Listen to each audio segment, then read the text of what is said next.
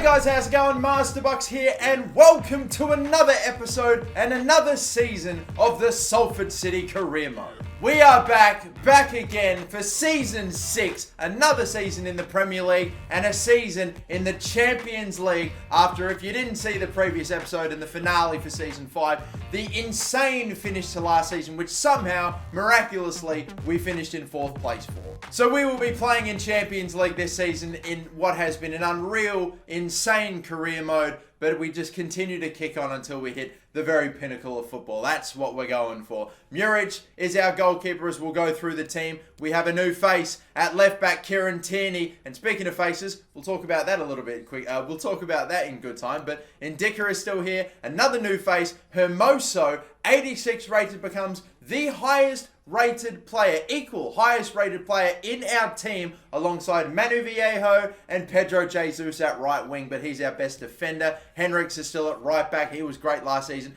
Mandragora, who was a silent little achiever and was bloody brilliant for us alongside this man, Angelino. Manu Viejo, our player of the season, our leading goal scorer, and just an overall beast. Hudson Odoi, who we brought in, who was a bit average and didn't do much in his first half a season, so I'm hoping for better for him this season. Arthur McCall is our striker, and Pedro Jesus at right wing, as I mentioned. Now, Arthur McCall, 81 overall, he stands out a little bit now in this team as a lower overall option, despite the fact he's still a gun player, gets goals for us on the regular, and is genuinely a better player than this other bloke on the bench, Yusuf Poulsen. I might potentially be looking at, if I'm going to sign anyone, a star player, high 80s, God forbid if we have the cash, maybe even a player in the 90s, it could be at that striker position. I don't know what we do. Regardless though, the bench does look like this. Sean Hughes, our backup keeper, Kamara, Hernandez. So we've got a centre back that can play at right back, who I'll be able to play there. And Javi Hernandez, also a left wing back that can play at centre back too.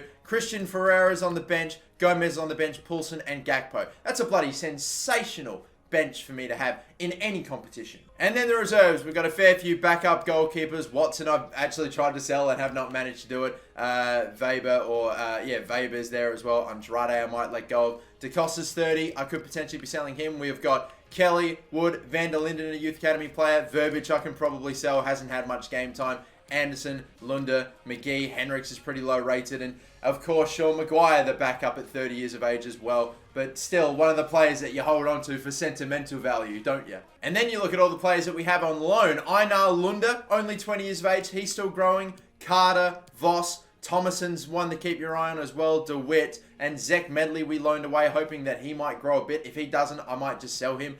Staunton we've loaned away too, as well as Ovi Mikkelbust to Wolfsburg. Some players there, like Mikkelbust, like Staunton, and even, of course, Einar Lunda, that you've really got to keep your eye on because they might get some game time in Salford pretty soon. But as I teased to you a little earlier, and how I may have been teasing over social media, and I mentioned in previous episodes, I have enlisted the help of some absolute wizards to give a few players in my team real in-game faces that otherwise do not have them. So, ladies and gentlemen, may I introduce you, we'll start off with the star of last season, to Manu Viejo. How about this? This boy is looking real nice. As a matter of fact, maybe I'll go and we'll get a slightly better look. Yeah, here's a better angle. Look at him. He is looking so nice and no longer has a default face in the game, and he's not the only one. We've also got Boubacar Kamara, who's now a backup centre-back for us, but he's had his face scanned into the game as well. He's looking fine and dandy as well. Rolando Mandragora, of course, now has a real in-game face to go along with Angelino. He is looking like a bloody Italian mobster, like a goddamn gangster with that little stash. He looks fantastic. And the final player we've got a mod for is Christian Ferreira, who of course is going to be coming off the bench again, but he too looking absolutely sensational in game as well. There are still a few players that are going to be getting mods later on throughout this career mode, but those are the 4 that we're starting off with. They all look fantastic. Can't wait for all my other players in my starting 11 and my bench and my reserves to start getting faces as well. We're going to finally get to live out my lifelong dream of every player in the game having a real in-game face, or at least in this career mode. And yeah, they're the only players that have new faces in the game, but I will tell you right now, there is one other face that I'm yet to show you, but that will come in good time. I need to give shout outs to the super talented lads, Joe Bro, who put together Manu Viejo's face and Rolando Mandragora's face. And also I have to give shout out to BR7 faces he put together. It was Christian Ferreira and Boubacar Kamara. These guys hopefully will continue to deliver with many more faces in the future, and it's just going to take this career mode to another level. For now though, I will show you the short list. Again, we just have players that we may potentially pick up later on down the track, but we've got a few goalkeepers here like Maignan here and Lunin. We still have to do something about this situation with Muric. If you know, then you know. He's been wanting to get out the club for so long. I know you all say loan him away and it'll help fix the glitch with him, but I don't know if we're going to be able to fix it because I'm not able to loan him away because he submitted a transfer request. And unfortunately, I really hate to say it, but I'm still not able to give him a new contract. I'm still not able to remove him from the transfer list, and I can't block offers for him or anything like that. So this is also the last year of his contract. There is a chance we're about to lose this guy for absolutely like nothing if we don't do anything about this. So unfortunately, I'm pretty much screwed when it comes to this situation. I just have to hope one day he says, hey man, I'm happy here, let's sign a contract, and then that'd be great and he can stay. If not, I'm going to have to sell him. The guy, the goalkeeper that I brought in the first season and is still bossing it for me, I'm going to have to lose. And it would suck if that were to happen. But regardless, we got some right backs here. Dalot, Klosterman, Aarons, probably players I don't need to go for. We got some other centre backs that I may potentially go in big for as well. A new left back in Regulon who looks fantastic. But again, we just got Kieran Tierney.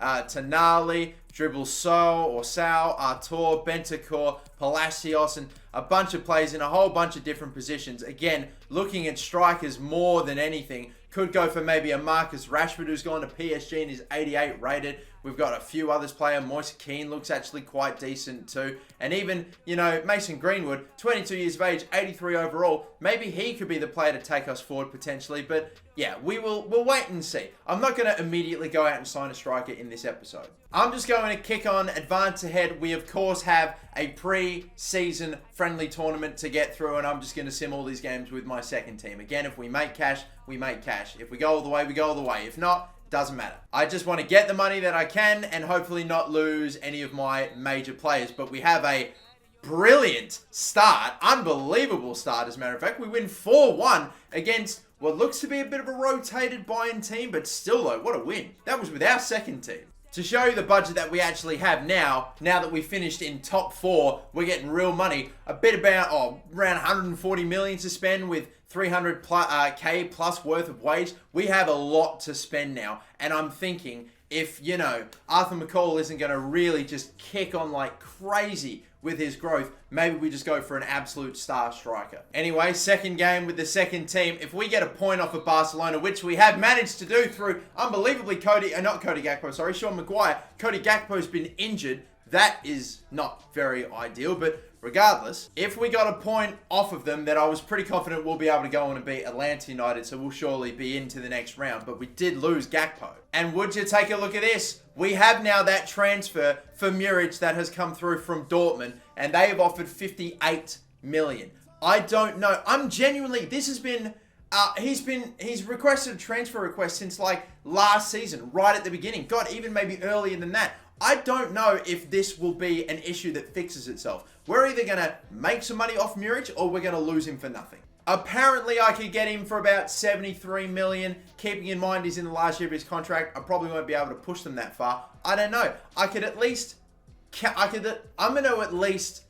I'll delegate so that way I don't sign up for anything, but I'm just curious to see. I won't start it at 85. I'll start it at 75 million flat and accept no less than 58 million. We'll see what they have to say, what they come back at me with. If it's like mid 60 million, you've probably got me selling him on. I hate to admit it, but I just think it's got to be done. This is not something I want to do, but it's something I have to do. I have to be smart about this. We get a 3-1 win. There was an injury. It wasn't to any of ours, thankfully. And yeah, we are through to the next round. And amazingly, the team we face is the team that is trying to sign Muric off of us coincidentally. Still with the second team. If we get to the final, I'll sim it with the first team. But we don't, so who cares? Alright, we make it out the group and then immediately get knocked out. It's an extra couple of mil in the bank. It's nothing major, but we'll take it. Have another offer here for Danny Da Costa. He's now turned 31 even. And I've got an offer of 17 million for him. I apparently could get a few more.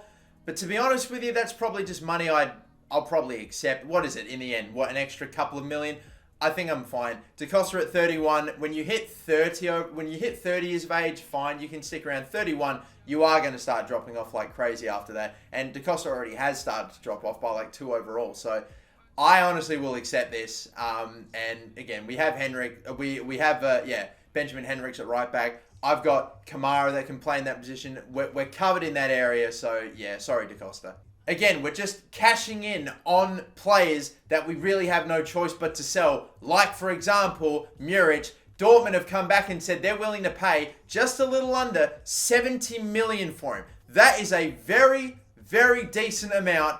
And I have to be honest with you, this sucks. It really sucks. Maybe one day Muric could return to Salford, but I genuinely think we don't have much of a choice. We either get $70 million for him or nothing. Pretty much, and 1 extra season.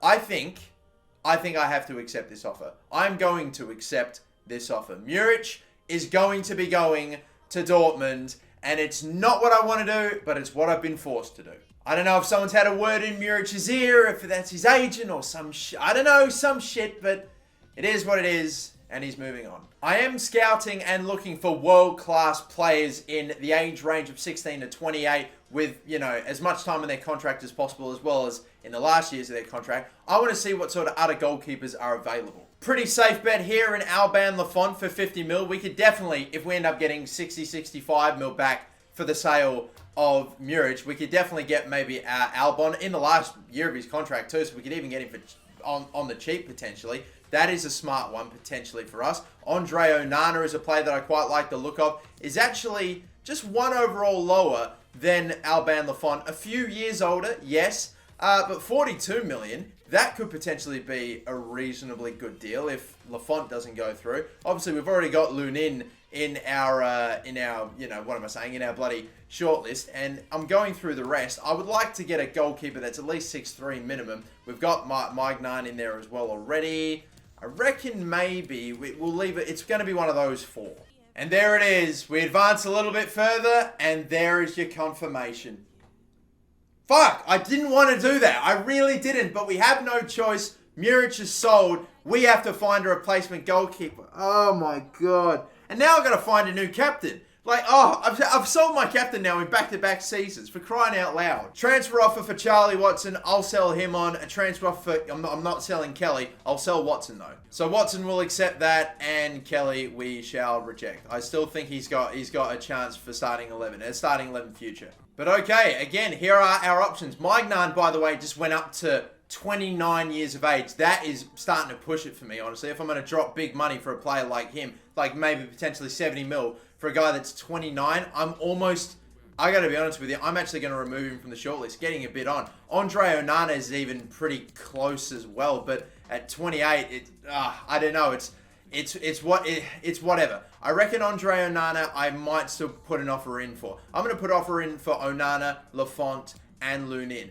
And we will see out of the 3 who, the better deal is for. And who knows? We shall see. We shall see. Well, I've pretty much just gone ahead and done exactly that. Put offers down for everyone. Starting off with Lunin, I'm able to get him for just about $65 million. 87 years of age, or 87 overall, 25 years of age. Okay, that's what that is. Alban Lafont, I can get for $10 million less pretty much. He is the same overall, or he's the same age and just 1 overall higher. So that probably is the smarter choice and actually quite tempting to go for Alban Lafont. And then we have Andre Onana, of course, 28 years of age, so he's 3 years older than Alban Lafont. He's going to cost the same amount, and also 1 overall lower, and a 5% selling clause too if we decide to move him on as well. So realistically, out of these 3 goalkeepers, Alban Lafont is quite possibly and probably the smarter choice. He's also the taller goalkeeper at 6'4", so I kind of, even though that's maybe not a massive thing, I know that Muric was like 6'5", so he had a bit of size to him, so getting a nice goalkeeper with the same sort of size to maybe go in and replicate what he was doing, I don't know. I think Alban Lafont, from all the offers, from everything that we put in, he ends up being the smarter pick. So I'm just going to delegate giving him a contract. Hopefully he accepts it in the coming days, and I'll just offer whatever wage he was wanting. And yeah, we shall see what he says. So at the end of the day, it pretty much looks like we're straight swapping almost Muric for Alban Lafont, our brand new goalkeeper, 88 overall, the same age as Muric too. So we've technically got a higher overall goalkeeper coming in to replace, unfortunately, the goalkeeper that wanted out. Welcome Alban Lafont to Salford City. This man will be our goalkeeper going forward. Maybe Muric makes a return one day, but Lafont is in. Now look at what our Salford City team is looking like. We got Alban Lafont in it now with super well-rounded diving, handling, kicking, reflexes, positioning as well. The speed you can't really work on in training, so that's just what it is. But most goalkeepers normally have pretty average speed. It's okay.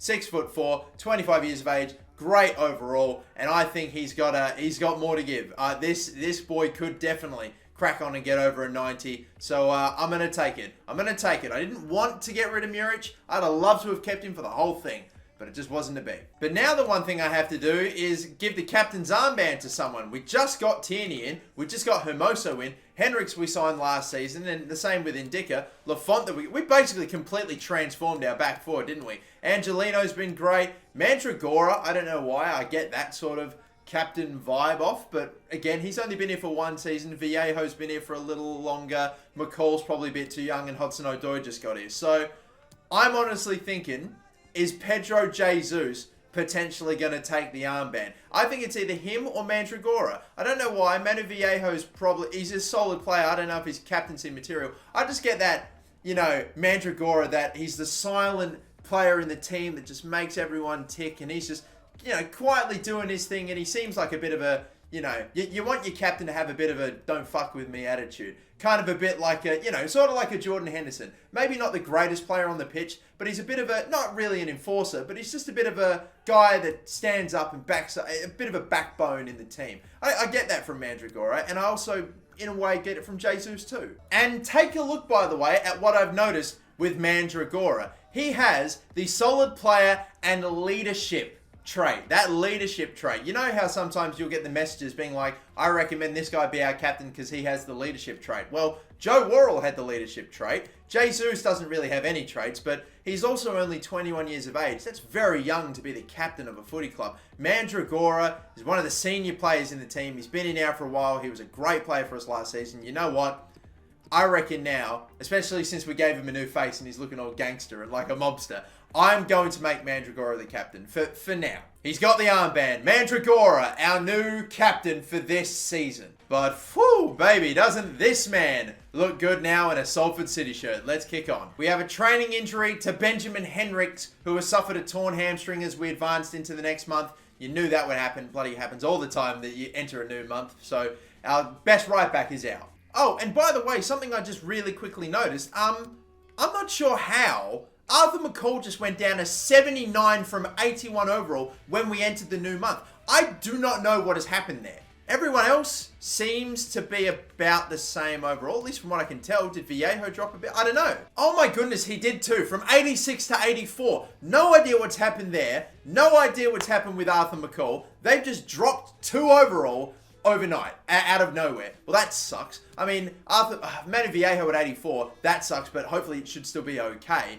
And Arthur McCall to 79, this man's my starting striker now. He's 4 overall away from Yusuf Poulsen. Well, that's a bit bullshit. Either way, we'll forget about that. Thankfully, it's only those 2. God, I don't know if it could have been more, but either way, we've, by the way, in the background of the previous season, gone in and bought some brand new Youth Academy scouts. So we pretty much have 3 of the best that you could possibly get. One's 5-star experience and judgment. That's going to be nuts. I'm going to send all of these boys away for 9 months and we'll actually scout. Like I said, we didn't do any Youth Academy scouting last season. This season we'll do a bit more. So England, obviously, for the 5-star experience, 5-star judgment scout. And where to send these boys? I'm going to send Marcus Mason. This might, I don't know, this might be a bit of a waste of a 4-star experience, 5-star judgment scout, but I'm bloody going to send him to the United States. We haven't really looked in the Americas, so I'm going to send him away, give him a go. Who knows? We might come up with the next Christian Pulisic or something like that. But this man, Nikolai Lund, I reckon I'm just going to send him to his home country as well. Let's just send him to Denmark. Yeah, let's do it. There have been some baller Danish players in the day, and even now, like Ericsson, for example. So yeah,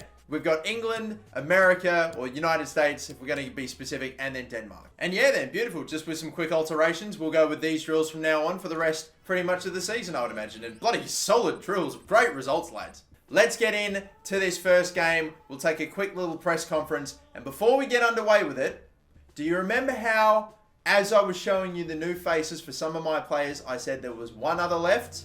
Well, ladies and gentlemen, let's take a look.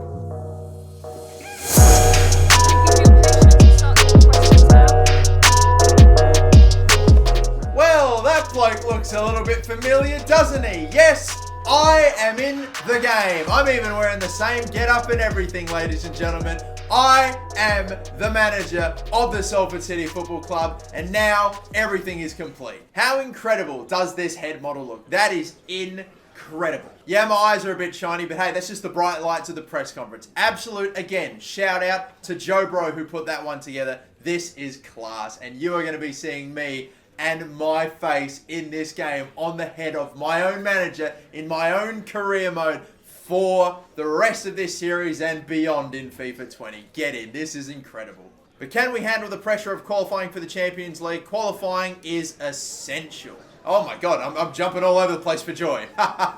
Even in-game me is absolutely ecstatic to have a face of myself in the game. What do you expect from Lafont's debut? I think you'll find that he is going to be the right man for sure. I mean, sad to see Muric go, but I'm excited to see what Lafont brings. And is Lafont the perfect replacement for Muric? He's what the team needs. He needs to settle in. Big shoes to fill. He's what the team needs. Yep, and a very happy morale means he'll get that boost for the first game, which means he should be as good as he possibly can be. But there you go, ladies and gentlemen. You'll be seeing more press conference with this lad in this game very soon. Let's take on Stoke City in the first game of a brand new Premier League season. It's a new look team. Tierney is in, Hermoso is in, Lafont is in as well, and some new faces as well. Quite literally, this is going to be a sick season, and it's not just Premier League, baby. Don't forget Champions League too. The season starts here. Come on. Welcome back to the Premier League, a brand new season, a fresh start, and hopefully another chance at glory. And we're going to be taking on one of the teams that just came up to the Premier League as well. Their back four looks unfamiliar. They're playing that 4-1-2-1-2. Cousins, if that's how you pronounce it, I recognise him. A lot of these other players, we're getting to a point now where we might be seeing a fair few actual regen players in a lot of these teams going forward as well. Let out by, of course, that man. Oh boy, that face mod. Mandragora looks solid. He looks like he was born to have that armband. And again, one last look at ours. Lafont, Kamara at right back, Hermoso, Ndicka, and Tierney. We have got Mandragora in Vallejo and Angelino, and our front three, Jesus, Arthur McCall, and Callum Hudson-Odoi. Hopefully McCall with his drop in overall, and the same for Vallejo, it should still be okay. Stoke City will get our Premier League season kicked off and underway. Here we go. Oh, referee. He has gone right through me there. Somehow it is not a foul there. I cannot believe it. Mandragora, we're just having to move it side to side at the moment. Going to wait eventually, hopefully, for some sort of opening. Maybe now. Just again, they're running straight fucking into me. Not even getting the ball, and just, it's fine apparently. Oh, just got a little nick on it, Lafont. And if we can go quick, nah, not. Oh, fuck's sake. All of this because it's going to the wrong guy. And some shit. Ndicka again. Big slide. Thank you. A little flick. Nice. Angelino. 1-2 here again. Little pass there. Arthur McCall. Heavy touch. He is getting fucking pocketed by this Paulo Diaz bloke. And Angelino makes an interception. It's moving very quick. Wait, so quick. Referee. Oh my god. It is about fucking time. Stoke are cunts, man. No. Are you fucking kidding me? So many of these passes are not going where they're meant to go, and they've scored as a result of it. That I'm fucking pissed off at. I am so annoyed at. This is a back pass that I was trying to play to fucking Angelino, not to Hermoso. How in the fuck has that happened? I'm actually really fucking pissed off, man. Sometimes I can understand, okay, yeah, I see how maybe it thought I was trying to pass to that player. That occasion is fucking stupid. And for it to happen right at the end of the half, I tapped the fucking button. How did it go so far? Hudson-Odoi sliding, getting taken out. Unbelievable. They've got the lead. They've been fouling me like crazy. There are no cards in this game yet either. That is what fucking shocks me the most. Poulsen's now coming off. And Poulsen's now coming on, should I say. McCall's just got fucking hell. Got nothing for me in this game. Is there a foul? Oh, yeah. They're foul. They've done that to me all fucking game. You absolute wanker. Now, I do it to them and all of a sudden it's a fucking foul. Ball up and over the top. Is there... Oh, hello, Hudson-Odoi. Can he bring it down? Can he? I don't know if he'll get the shot off. He will! Oh, he will! Hudson-Odoi! I don't believe it. Callum Hudson-Odoi is our first goal scorer of the season. You can tell that the defender that was on him wasn't that quick. The one that closed him down and nearly blocked the shot, he's the one that had the pace. This one, number 6, couldn't stop it. Powerful strike. Hudson-Odoi gets on the score sheet. The first one of the new season. And I wasn't expecting him to be the one after his lackluster half a season when we signed him in January. I'm so stoked to see him hit the net. Come on. And time maybe for a winner. Ah, the clearance out goes right fucking back to him. Shot is not blocked. Oh, they've gone and taken the lead again. Why did that ball have to fucking go right back to him like that? Look at this. The pass out. I don't know if it was deflected or something. It must have been because...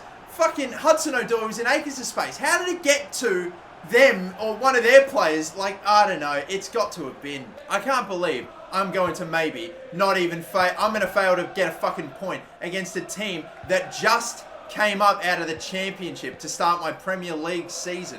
Just because, oh my God, ultimate difficulty is just fucking ridiculous with the sliders as well. I've made a mistake, but can I? No, wrong player. Or it might not matter. Might not matter. No, it's blocked. Although, maybe a volley. Oh, yes! Get it, Angelino! 2-2 like that. Oh, we kept fighting for it. I don't know if I was going for Jesus or not. The ball just stayed alive. What a volley in the end. What a response and what a goal. Come on, boys. Maybe there is time.